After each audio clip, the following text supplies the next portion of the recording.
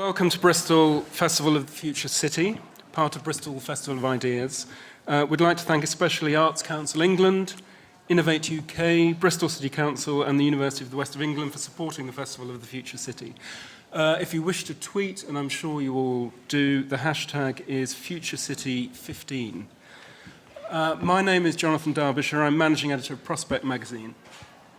And I'm delighted to be chairing this discussion this evening, which will address the question, what happened to utopian cities? On the panel this evening are Douglas Murphy, who's author of a new book entitled Last Futures, Nature, Technology and the End of Architecture, published in January, I think, Douglas, by Verso. Melissa Sterry, who does many things. Among them, she is director of Bionic City, and I hope she's going to tell us more about that fascinating project.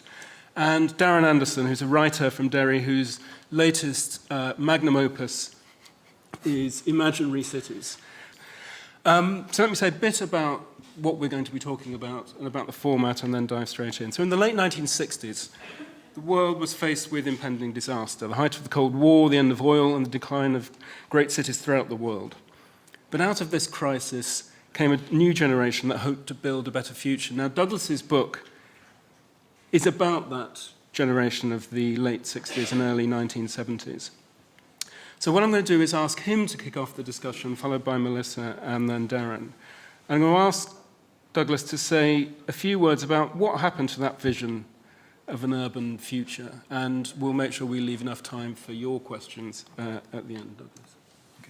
Yeah, so the title of the book is Last Futures, and the subtitle, Nature, Technology and the End of Architecture, but another subtitle that might have worked would be, what did the future look like before it got cancelled? And when you look at the 1960s, the late 1960s and early 1970s, which is the main period, although there are outlying stories, but when you look at that, and especially in terms of architecture, but not just architecture, but cities in general, how people viewed the city. One thing, well, many things stand out, but one thing that stands out to me is the level of ambition that was generally visible at the time, in almost all walks of, or with almost all people who were involved in either making or working with cities and so on. So from governments to planning departments to architects to people writing books about it, about cities and so on. There's a belief that things A, are changing and B, need to change. And that this change is something that will happen anyway, and so you need to be involved. And when you compare that especially to what happens in the 1980s, especially in the kind of the advanced economies like the US and Europe and so on, where a kind of historical aesthetics and conservation movements and things like that come up, the level of ambition seems to be, at first glance, it seems to be absent. People think this is how a city is, this is how it has always been, and this is how it will always be. And these things don't change, people don't change. This is how it goes. And now, 40, 50 years later, what ambition there is, I mean, there is a lot of ambition, but it's either completely in the hands of the market, so it's the people who make the cities are the developers who can afford to make the cities.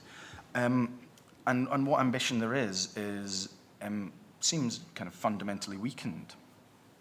So the book tries to tell the story of how that sense of post-war ambition was drained out in architecture. I mean, the culprits are quite well known, things like the oil crisis and the supposed failures of mass housing and so on. But it's a story that's well worth telling again because it has resonances with today's world. Now, the subtitle of the book is Nature, Technology and the End of Architecture, which I think, if with a little bit of time, I can just unpack slightly. technology first, I think.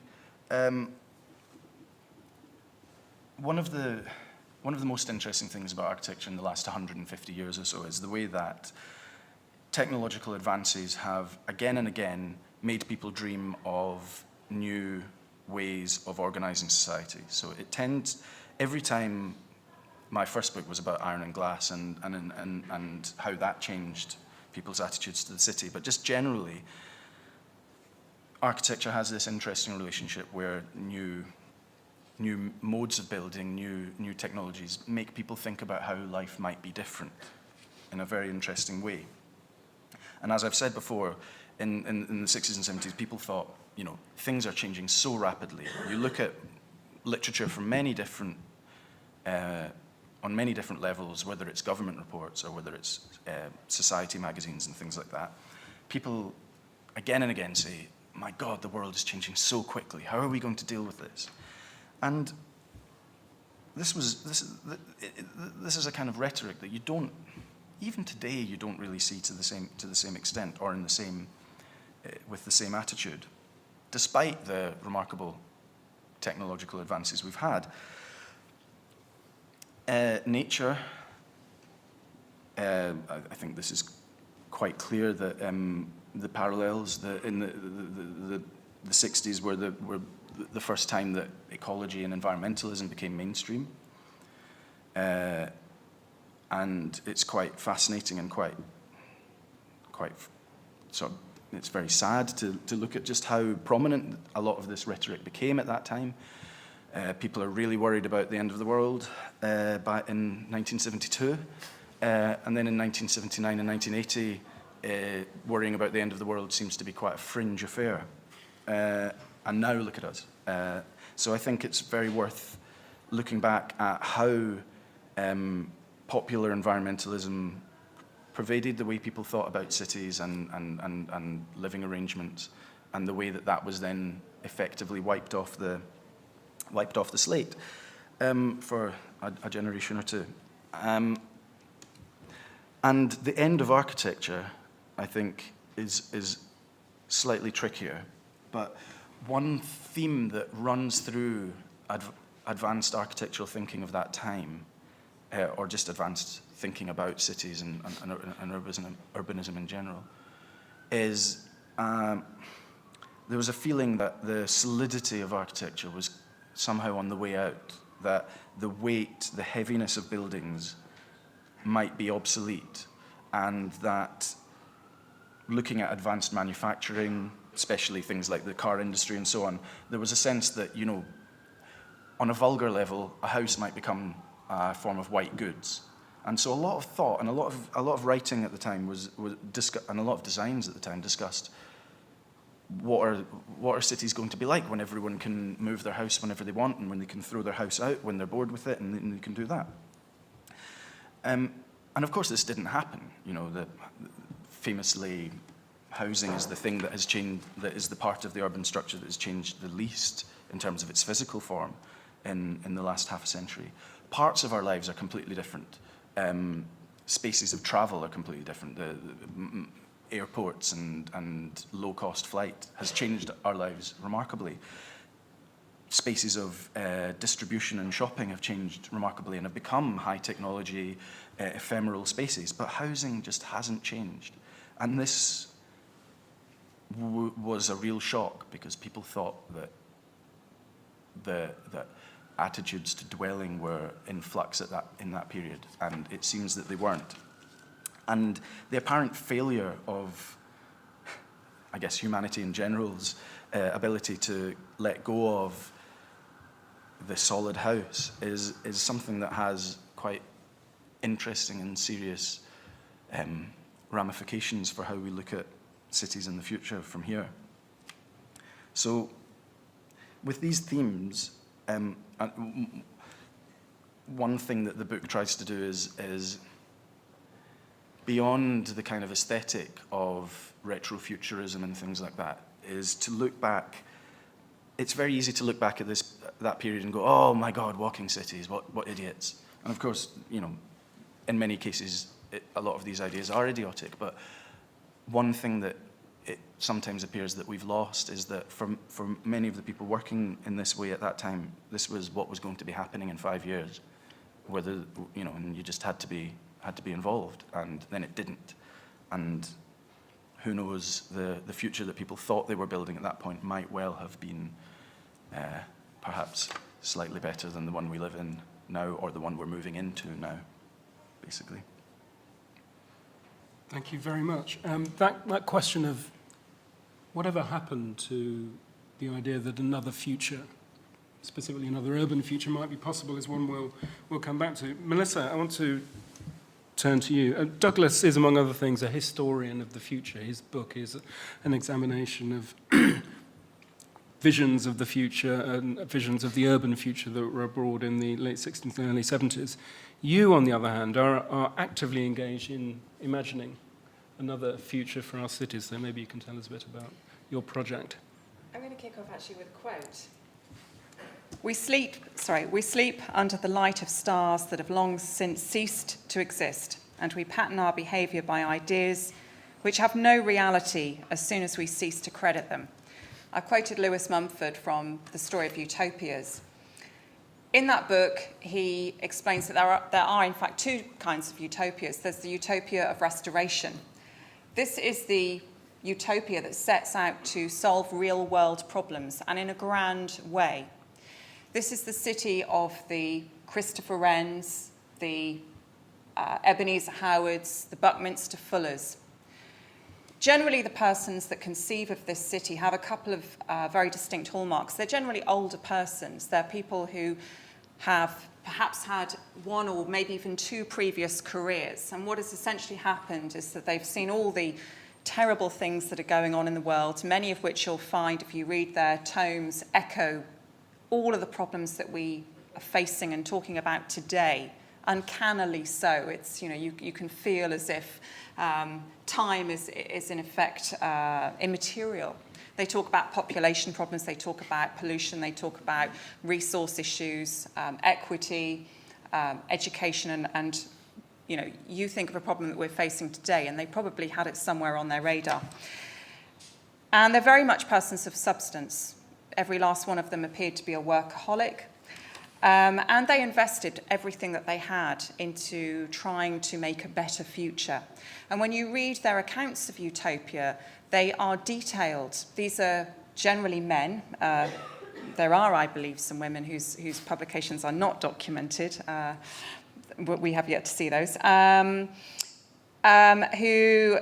they put time, they put effort, they put energy, and they really put it all on the line to try and make these utopian cities a reality.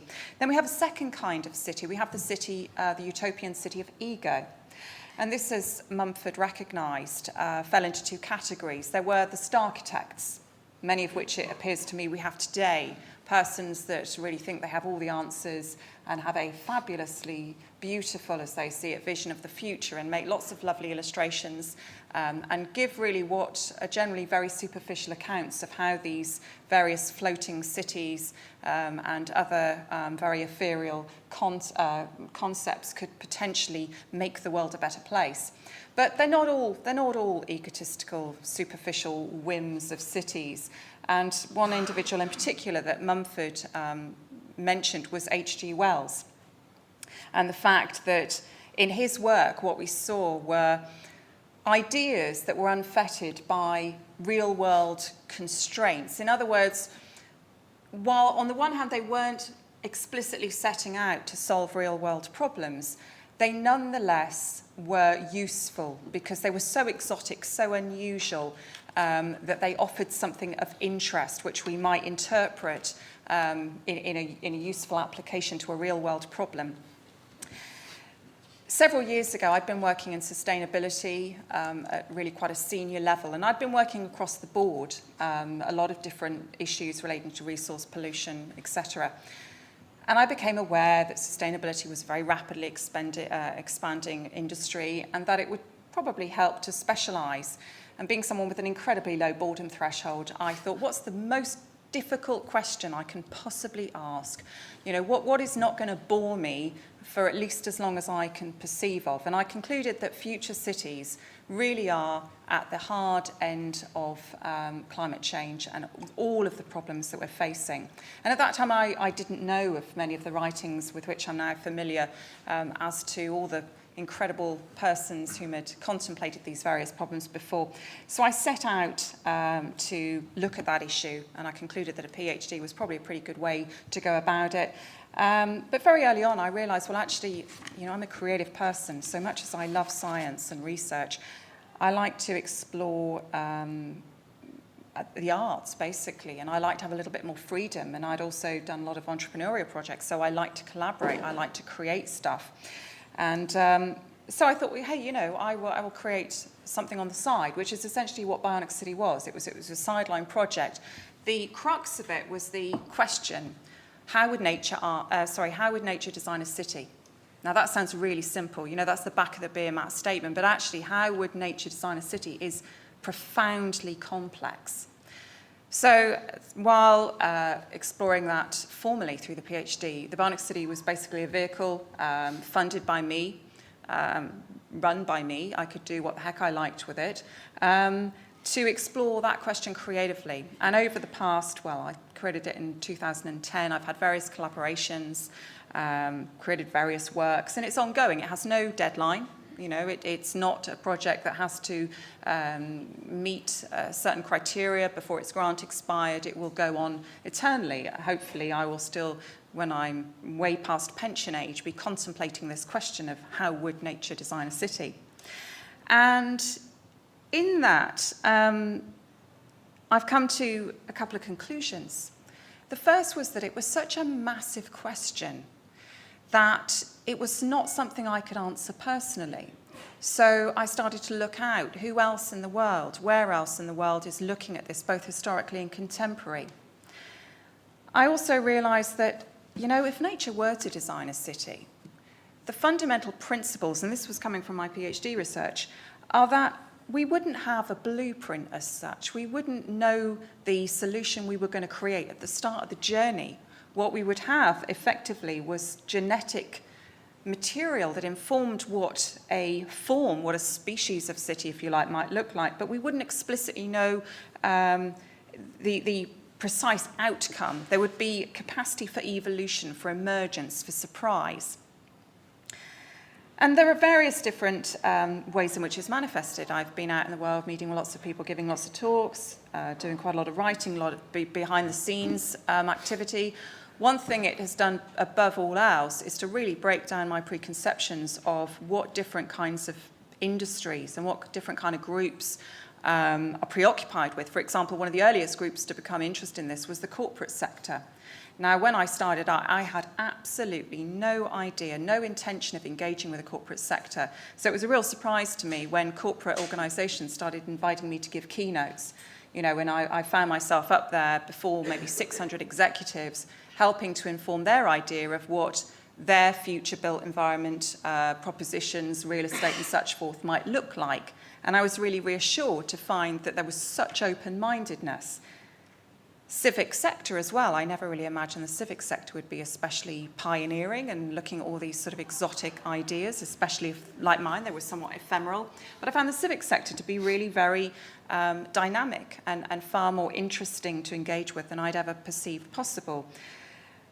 By engaging with those and all sorts of other communities, including the public, my idea of, you know, how we as peoples think, where the potential lies, how we might actually create alternative cities, alternative utopias, has dramatically changed. And, you know, I look back on my former self and think, my God, you were so naive and prejudiced in some of your thoughts.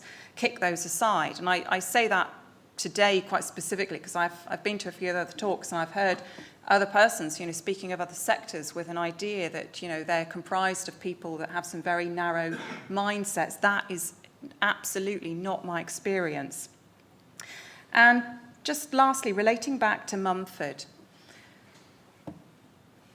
utopias come in all sorts of different shapes and forms, but in my experience, there is value in all this variety. The likes of our restoration utopias, the likes of the ideas created by, very, very early, we see accounts of this from Plato onwards.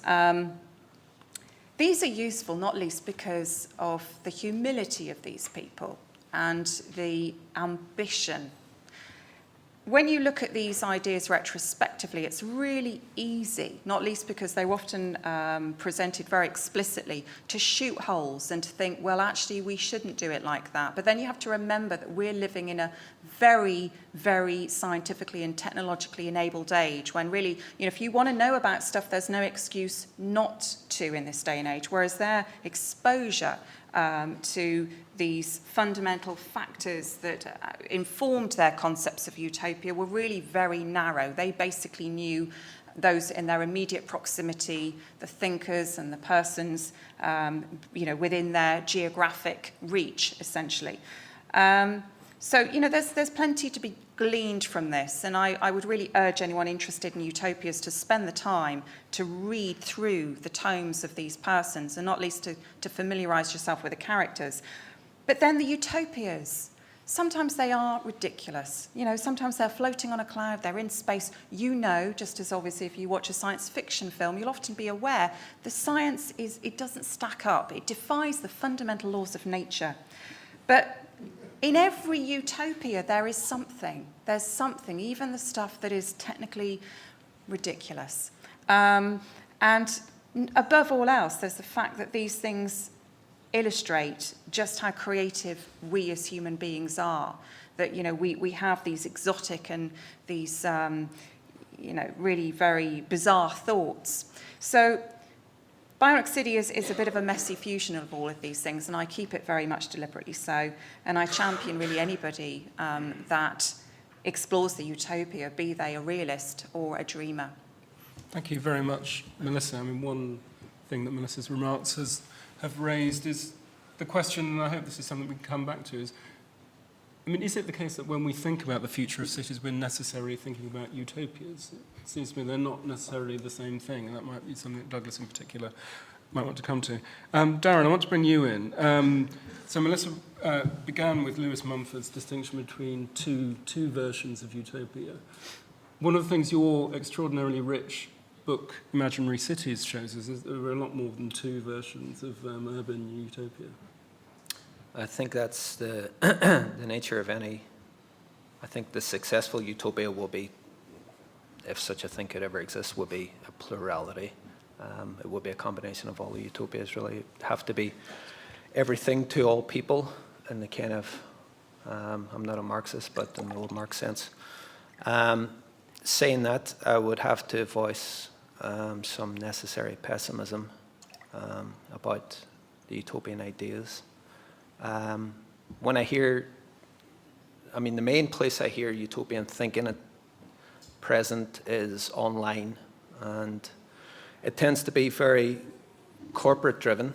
A lot of talk about smart cities, big data, green cities, how this is all going to save us. And there's a kind of evangelical aspect to it. Two questions come into my head when I hear it. All the ideas are pretty sound. The future will contain these things, undoubtedly, but two questions pop into my head every time I hear this kind of evangelical preaching. And the first is, what is this person trying to sell me? The second, and it's a more meaningful question, I think, is what will the repercussions be, and why have these people not factored in the repercussions? Every single innovation has side effects.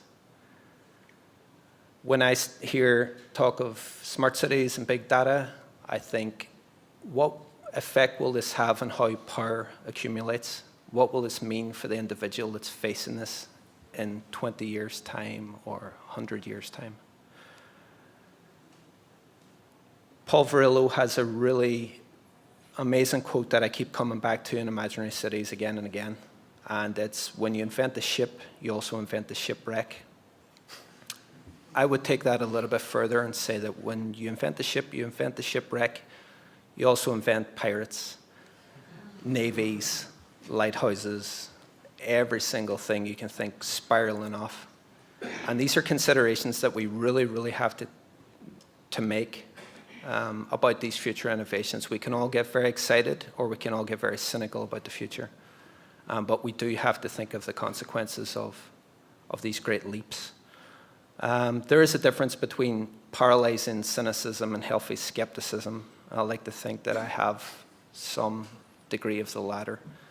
I have the same sort of childish futurism that everyone here probably has. Nothing would delight me more at the end of this talk than to fire up a jetpack and just exit via the roof. The future's coming whether we want it to or not. And to the question, what happened to utopian cities, I would answer that they actually exist. They still exist. They exist all around us. William Gibson has a fantastic quote that the future is already here, but it's just not evenly distributed. I think that utopia is already here, but it's in fragments all around us. We live amongst things that for centuries were utopian dreams. Very simple things in some cases, like clean water, clean air, but structural things as well, global communications. The fact that we can log on and speak to anyone anywhere in the world was a crazy utopian dream for centuries. Public parks, libraries, universities, schools, hospitals.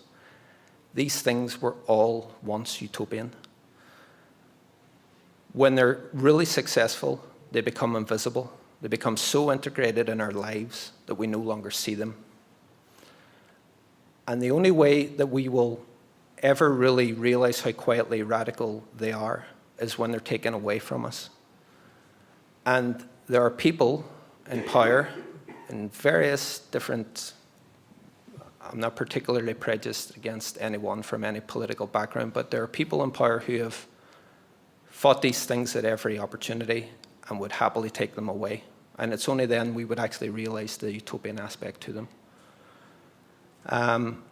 So it's a fight, it's a battle essentially, and it's a battle I think that's best fought in advance rather than retreat. We need to locate these utopias, these spaces that enable us to live fully, live longer, become what we can become, and develop and expand them, because it's my assertion that they do exist.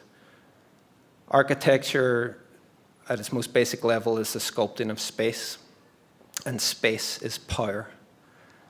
Who's included in the space and who is excluded is basically the difference between utopia and dystopia.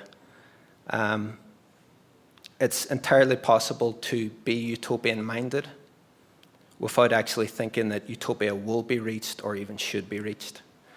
To me, it's a direction, and it's an ephemeral point at which we can look back at ourselves and judge how we're actually doing. Much in the way that dystopian literature set in these far-flung futures were really just comments about the present. George Orwell wrote 1984, set in this future. But what he'd actually done, he wrote it in 1948. He just switched the numbers around. So it was a comment essentially on what the dangers that he saw in contemporary society. So they're always really about the present. Now, there's developments that are coming, they're already on their way, and particularly in terms of space and in terms of the individual. Things like augmented reality, nanotechnology, the Internet of Things, that we really need to anticipate and we really need to participate in, because whether we like it or not, they're coming. And if we don't have an input, then we potentially will be victims of it if we're not the masters. When we remain passive spectators to our surroundings, we end up being passive spectators to our own lives. This has been proved again and again. And I think it's something to bear in mind for the future. How we go about it is a more difficult question. one of the suggestions I would make is we look at how what the future used to be. We look at the fact that radical architecture historically was always linked to a form of egalitarianism. So when you look at the radical architectural movements of the past, the Russian constructivists, the German expressionists, the early Bauhaus, ARCA Graham, Buckminster Fuller, the Japanese metabolists, they all pushed this really crazy visionary architecture, but they all had a sense that this was for everyone, that this was something egalitarian, and that this had a utopian aspect. What we've seen, I think, in the last 10 or 20 years is a severing of that link. We have amazing, crazy architecture in every city. It's become part of city branding. But the link of it being actual public space has been generally, by and large, severed. And that's something that really needs, I think, needs repaired. We need to look at the laboratories of the future, very often dismissed. So design, science fiction, cinema, video games, comic books. These places where for 100 years people have been thinking, what will the repercussions of the future be? And we've ignored them because they're child's play and they're beneath our worth. We need to really sort of look at that and bring it into this sort of social political field. Every city is constituted of the dreams of individuals. So you look at any skyline, you go outside, you look at the buildings around you, and there's nothing natural or inevitable about any of them. Those are put there because someone dreamt it up, or a group of people dreamt it up and decided upon it. My contention is that why do we leave this to others? Why do we let on that we have nothing to do with this? And Melissa said about Plato, back in Plato's day, the word for city was the same word for its inhabitants, polis. So the city and the citizens. We are the city in a sense. And we own the skyline and we should have an input. Now, the original meaning of utopia in the Thomas More sense was no place. So there was always that hint of skepticism in there right from the beginning. And perhaps it doesn't exist. Perhaps it can't exist. Perhaps it shouldn't exist. I would say that if it physically can't exist, then perhaps it exists as an impulse. And it's a very important impulse. I think it's the impulse that's taken us from the caves to the cities. And it's the impulse that says it doesn't have to be like this. Thanks. Thank you very much, Darran.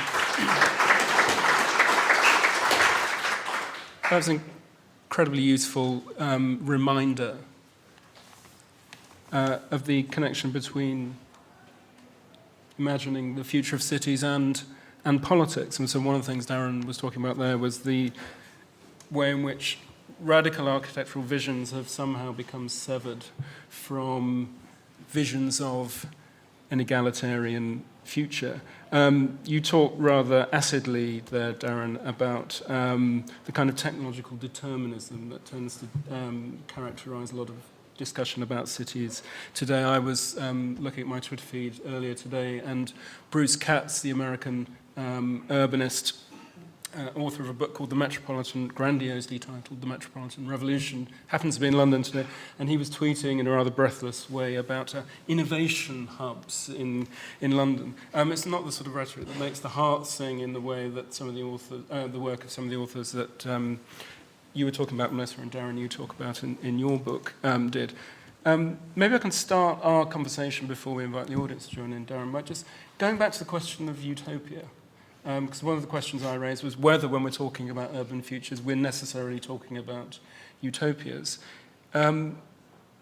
Your book is interestingly and suggestively ambivalent, Darran, about the idea of utopia. And at one point you say explicitly it's anti-utopian. But on the other hand, you're also engaged in a kind of act of mourning for these enlarged, politically charged visions of an alternative future that might be realized in our urban spaces. I wonder if you say a bit about your ambivalence towards the notion of utopia, and whether that's the right language to be talking about the future of cities. Well, yeah, that's the thing. I think it's very easy. It's very easy now with a particular kind of consumption of, I suppose, imagery, but ideas and so on. I mean, we're all guilty of it. I'm guilty of it as well. I've written things like this of, 10 crazy things that didn't happen, kind of listicles, like, 50 fantastic cities that were stupid. And it's very easy to look at kind of runways on the Strand and, I mean, actually, the one that I think exemplifies this very interestingly is by comparing two ARCA Graham projects, one of which, the Walking City, which is just inane. Personally, I don't think ARCA Graham are particularly egalitarian at all. I think they're kind of enthralled to American prowess and pretty apolitical in general. But you look at the Walking City, which, if you don't know it, is kind of a montage of kind of things that you might recognise from a brutalist building, so like stair cores and lift shafts and so on, but on massive legs climbing over the earth, which is just stupid. And then around about the same time, ARCA Graham are doing the plug-in city, which I discuss in the book, which is much more. It's much less exciting, but it's actually, there's something happening there, and as I mentioned before, it's discussing things like ephemerality. It's talking about houses as pods, people moving their house around the country, which has resonances in kind of anti-urbanist thinking from at least a century before. But what's interesting about Plug-in City is that it's an extrapolation of then existing trends. It's not a vision per se, it's what has happened recently, because at the time, system building was kicking off, and so houses were being built in a much more controlled fashion. Panels were being lifted by cranes onto sites, and we're building tower blocks here, there, and everywhere. And there was this kind of feeling of that. So I think overall, where we are now, it's much more interesting, perhaps, to look. Well, for me, I mean, and in the work that I've been doing, I think it's much more interesting to look at the very near future rather than perhaps the vision of any particular time. Because one thing about the current time is despite all the things that are changing, everything seems, this is reported all over the place, but there's a feeling of cultural and physical stasis, despite the massive advances and acceleration that's going on around us at all times. That question about the near future, what our cities might look like in 10 years' time, it's a question I want you all to mull over, and we'll come back to it at the end. I want your visions. Question for all of you then, why do the sorts that you were, Melissa, you talked about Buckminster Fuller, who's also a character in your, an important figure in your book.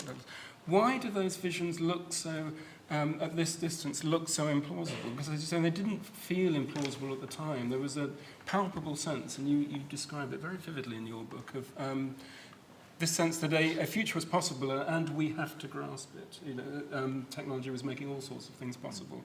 What we seem to have lost somewhere, and this may be a political rather than an architectural question, is that sense of possibility. I don't know.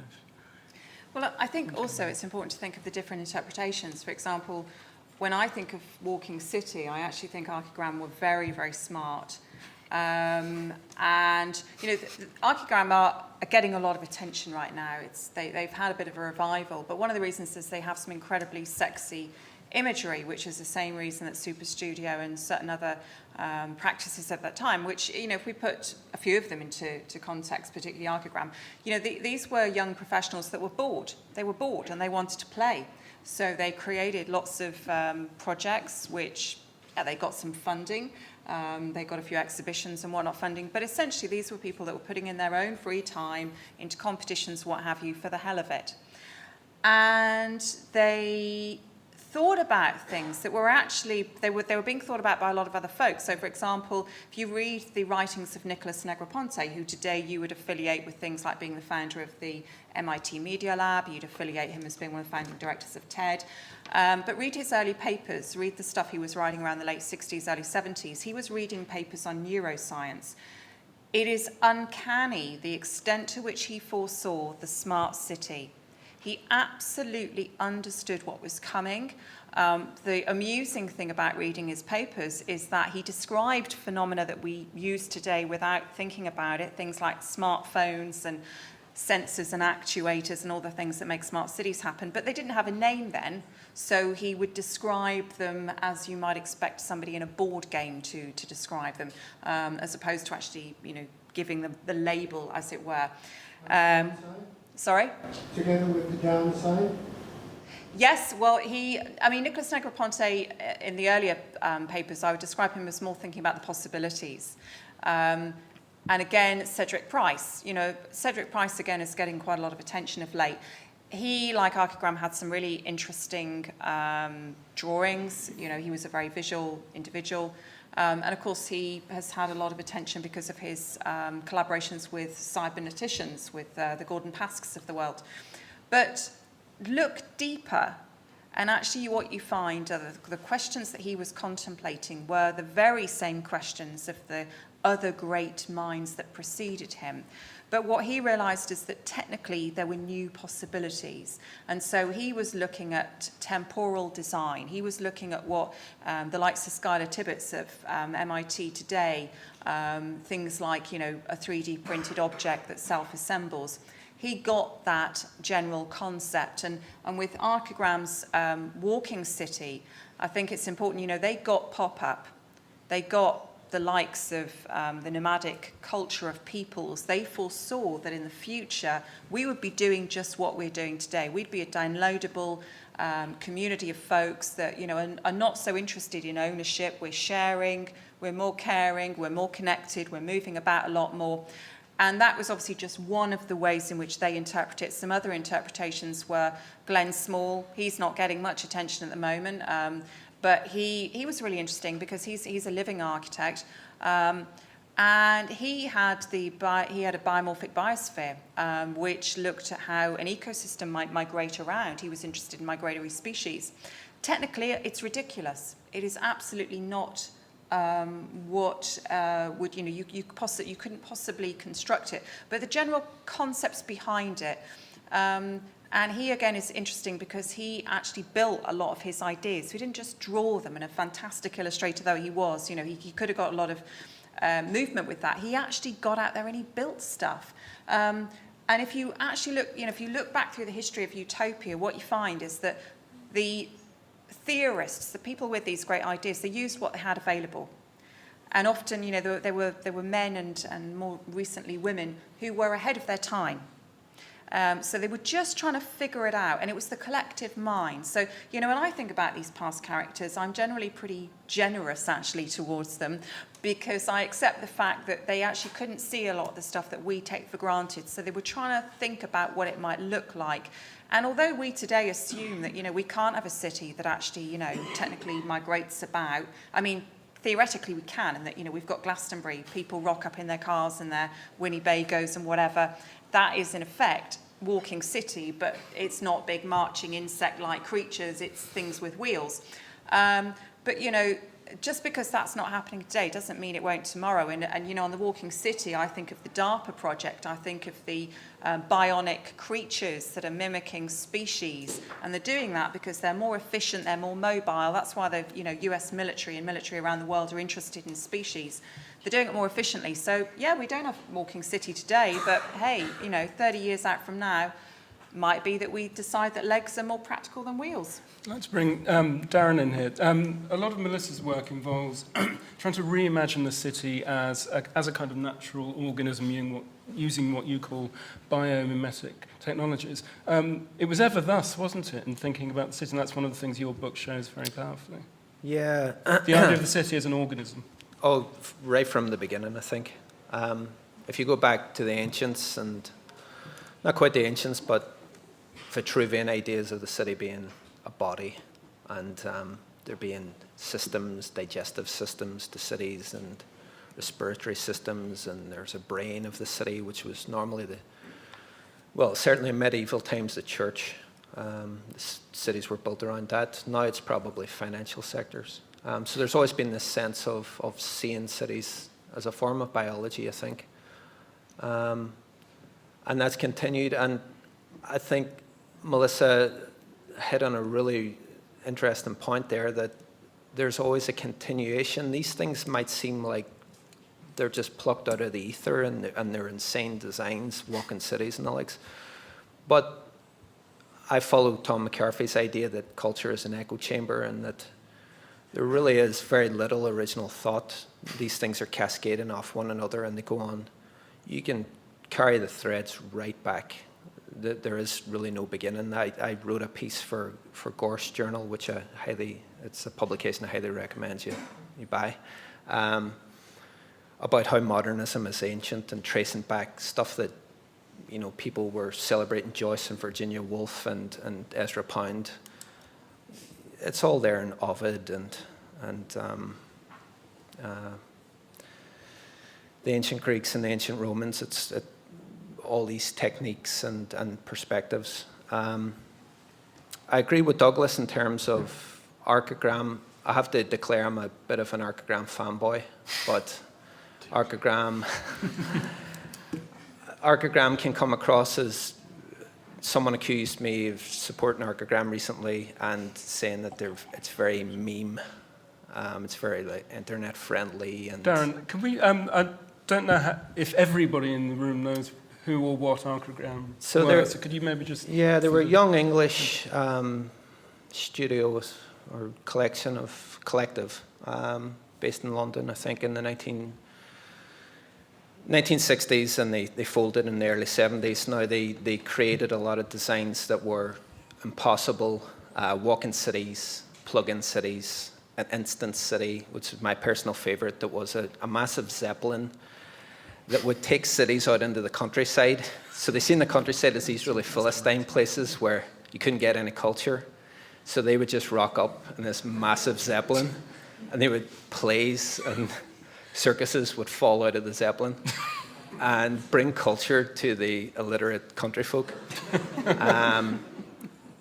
They never envisaged that someone would just start taking pot shots at the Zeppelin with a rifle. But ARCA Graham, I think, which Melissa touched on, they were really a conceptual. It was a conceptual project. I'm talking to Peter Cook at the minute, and I don't think they ever intended any of this to be built. I think they were thinking aloud, and they were thinking in a really visual manner, and it's very attractive, and it is memey. But they were hitting at ideas. The idea of a walk-in city is pretty much an exploration of how cities react with resources and the likes, and environmental catastrophes. I think that the great strength of ARCA Graham for me, aside from the visual aspect, is that, to me, they really predicted the internet. The problem is they didn't know it. They had ideas of connecting and plugging in and bringing culture to anyone, anywhere. And they just hadn't made the leap from analog to digital. They seemed to think that you could build it. So the way I think of ARCA Graham is a lot of their projects, there was a come and go project in the instant city and the plug-in city.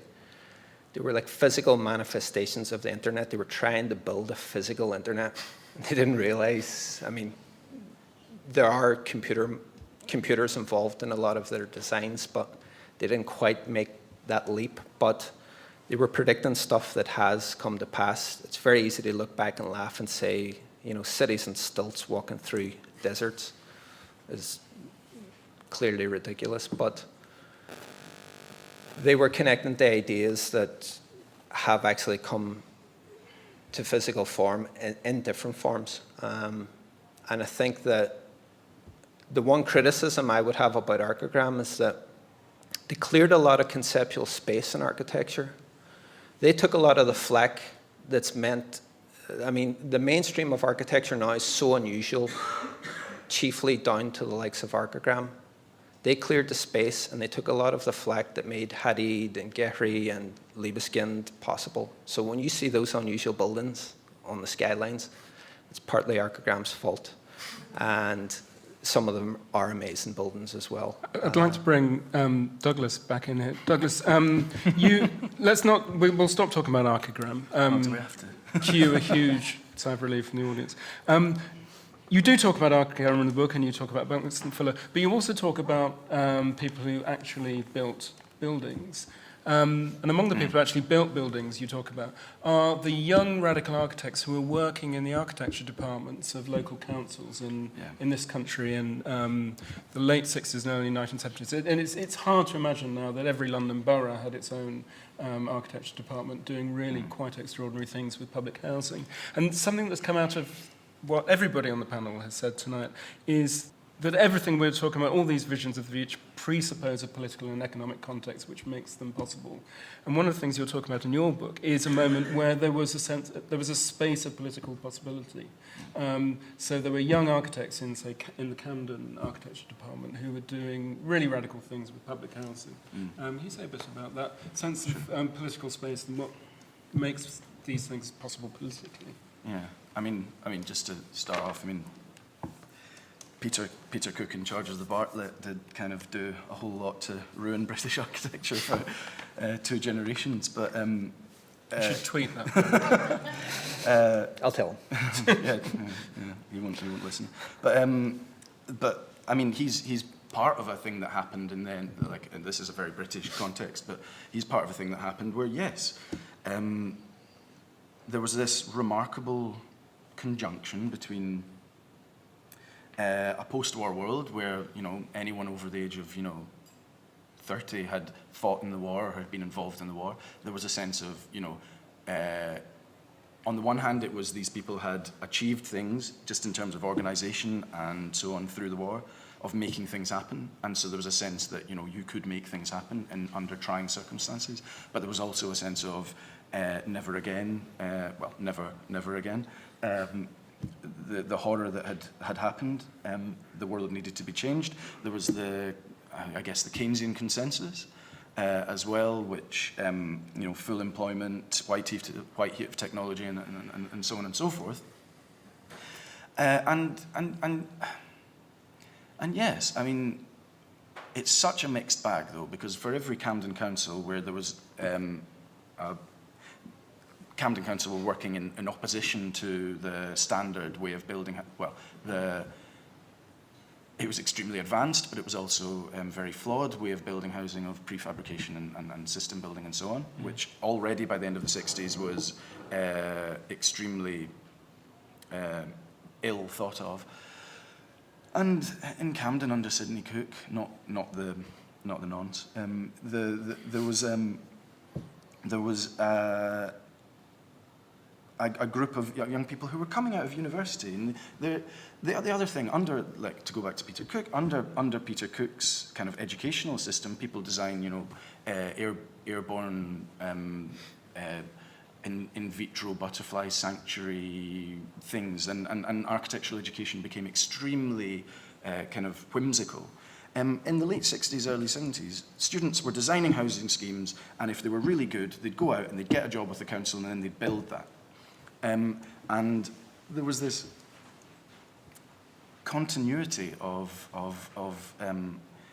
practice that we just don't see. And luckily, Niamh Brown is still alive, and he's one of the main architects from that period, who designed housing blocks that in many ways look like some of the more extreme visions of the time, but are actually out there and are still, majority council tenants. And by the time he finished Alexandra Road in London, his career was finished, because he was associated with socially progressive, left-wing housing for the people and so on. The political context changed so much. And he couldn't get any work in the UK after that. Now all of his buildings are listed, and he's the only architect in the UK who's all of their buildings are I listed. mean, Darran was talking about ruins in his talk. I mean, but a lot of the schemes you refer to in the book are no longer there. They were razed to the ground. I'm going to remind the panel that I'm going to ask them for their vision of the city in 10 years' time. But I want to bring the audience in. I'm sure there are questions. Tim Chaston, University of West of England. One of the questions, or one of the issues that has worried me slightly about the framing of the festival is this focus on the city, and cities can't exist without the other. And we've had a little bit of a snigger with the Instant City about rural parochialism and sort of lack of culture. But one of my favourite utopian visions was William Morris, particularly because he does take on this urban-rural divide. But I wondered whether any of the panel could comment on how they see this sort of rural city future dynamic panning out. Well, since I live very close to where William Morris conceived of that idea, I will field that one first. We tend to think of William Morris as being very idealistic in his ideas, but actually he was incredibly practical, and I think he's a good example of somebody that, in fact, foresaw the future.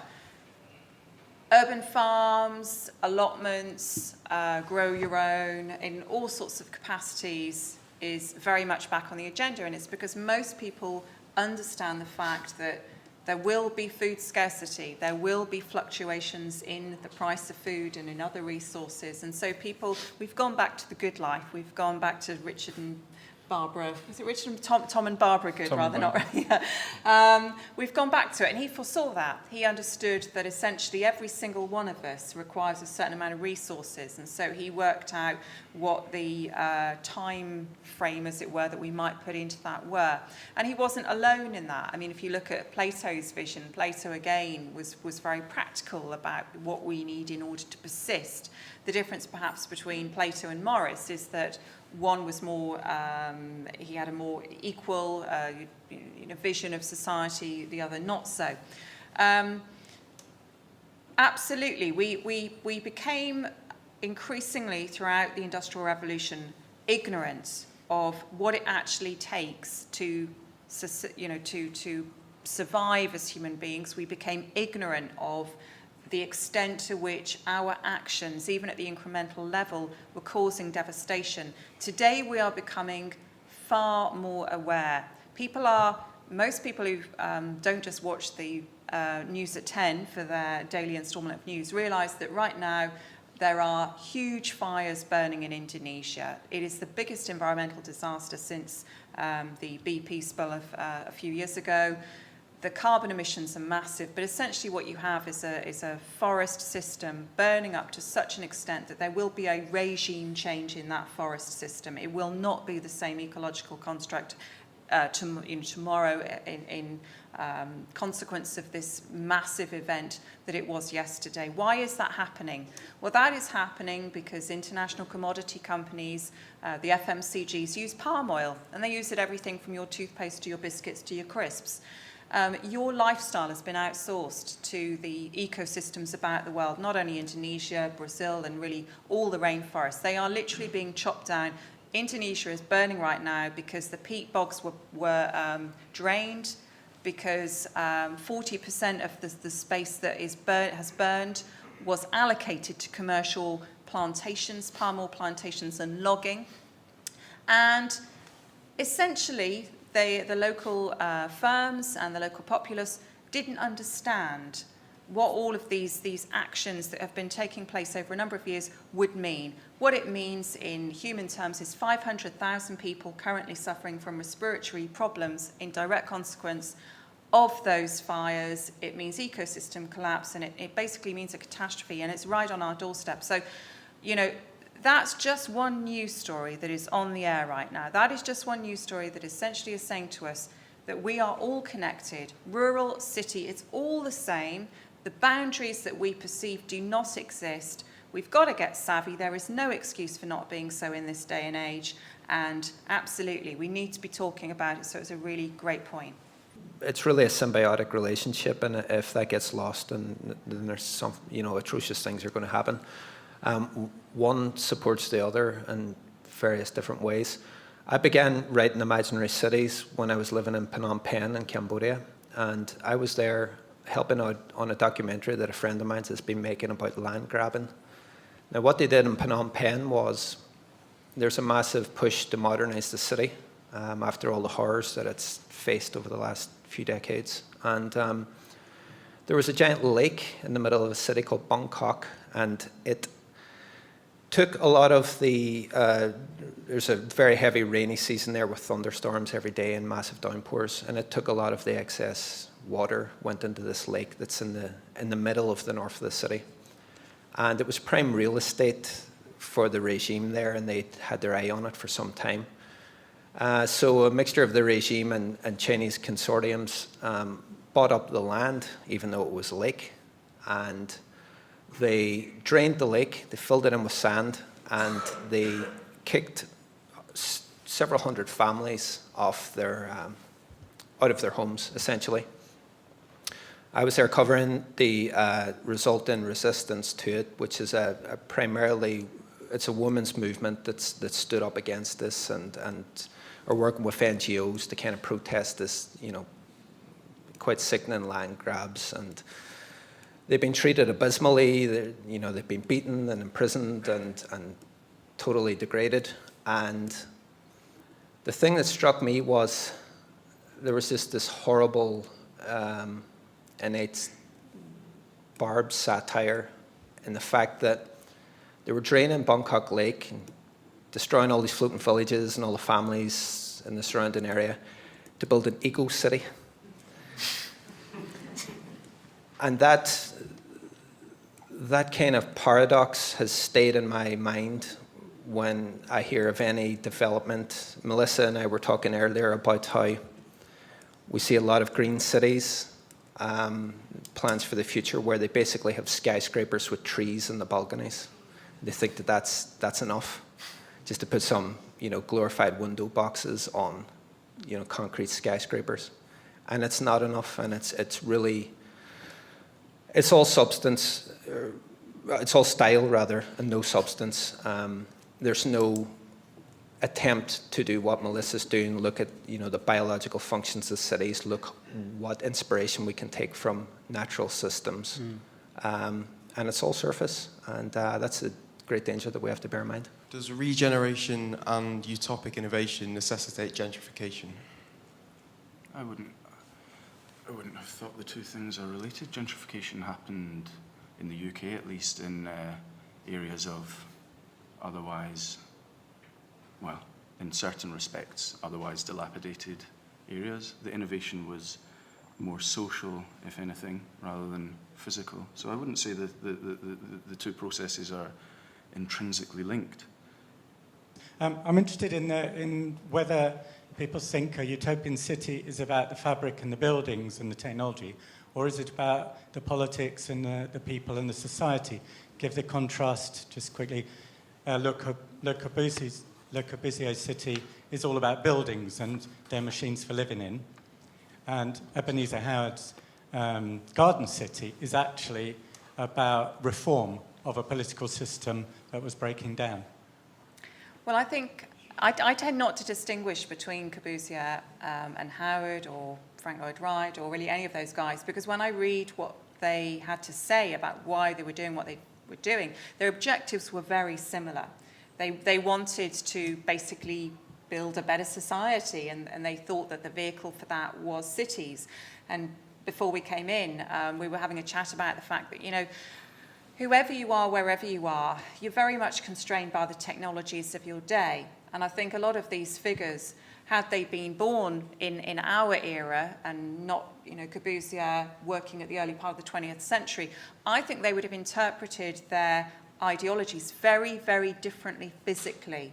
I think they would have understood that there were many more ecological and indeed more sophisticated and intelligent and interesting ways to do things. So I think that they were very constrained in the past. So I think we have to kind of give them the benefit of the fact that, we are more informed than they were. However, unfortunately today, we still see a lot of that ignorance and naivety. And I think, therefore, when we're thinking about future cities, we have to think about where do they come from. Historically, the greatest minds on cities have been those folks that, as I mentioned, they're mature. They're people that have lived. They've been around, which sounds a bit dirty, but they've been around. They have experienced life. They're not naive. They're not youngsters. Currently, or at least recently, we've had a scenario in which to get into, let's say, for sake of argument, architectural planning, it's taken a very long education. It's been very expensive, and consequently, you know, when we look at the new practitioners in these areas, they tend not to be older persons who have re-skilled. I think if we're actually going to build utopian cities, we need lots of re-skillers. We need lots of folks that, you know, as with Ebenezer Howard, have done something else, they have another vision, and they say, you know what, I'm going to get on and I'm going to give it a go. And the fantastic thing about that is that today there are many more vehicles through which they can explore those ideas, including crowdfunding. So if you were contemplating retirement, don't reimagine the city. It seemed, I think it was you, Darran, that were mentioning this thing of, I think this issue of the utopian visions, that it seems to be around. There's certain issues that we maybe take for granted that are sort of aspects of utopia that maybe were discussed.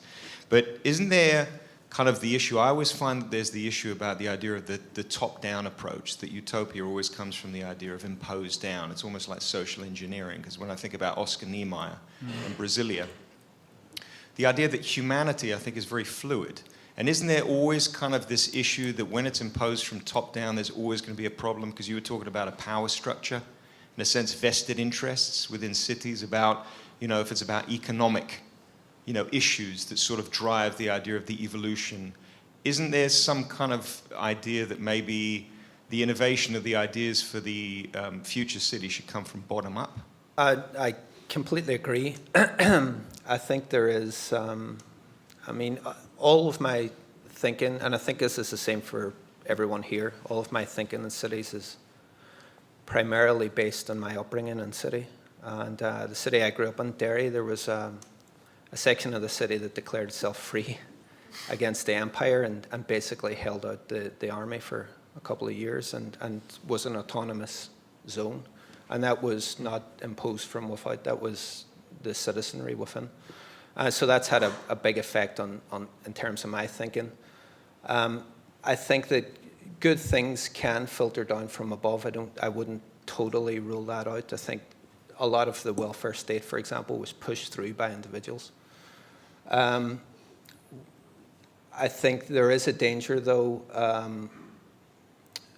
of the road to hell being paved with good intentions. I think a lot of the we tend to think in archetypes, and there's a common criticism of Le Corbusier at the minute that he was this technocratic monster that was going to, bulldoze the center of Paris and replace it with tower blocks. And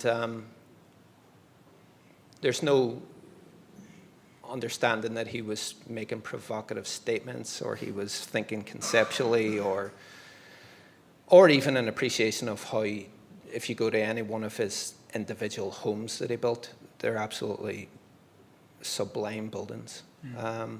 So I wouldn't rule out the power of a single voice or a single mind, but I do think that things coming from the bottom level organically is crucially important. I think it's something that we need to constantly exert pressure. In an age of starchitects coming in and building towers to finance and apartments for oligarchs, we really should be saying, what is going on? I look at designs by Hugh Ferris for towers to philosophy and culture and all the other facets of human experience. And I think, why is it just commerce and finance? You go to London and you look at the skyline and it's very impressive and everything, and you just think, I'm completely excluded from this place. And that doesn't actually, this is the city of William Blake. This doesn't need to be this way. Darran, you've described what you don't want the city to look like. I'm going to give you, we're running out of time, each of the panel 30 seconds. I don't want you to make a prediction about the city of 2025. Tell me what you would like the city of 2025 to look like, Melissa. I started with Mumford, and I'm going to revert to him for my closing. One of the things that he hoped for was a utopia that was built both on science and on the arts. That's what I would like to see. I'd throw in the humanities. I think that the moment that you sway too far in one of those directions, you end up with something which is ineffective. If it doesn't embrace the arts, people will not connect with it. It will probably look ugly. If it doesn't embrace the humanities, it will be socially illiterate. So again, people won't connect with it. And if it goes too far in the direction of science, while it might be conceptually, theoretically very interesting, it will not accommodate for things like tastes and markets. So I'd like to see a balanced utopia.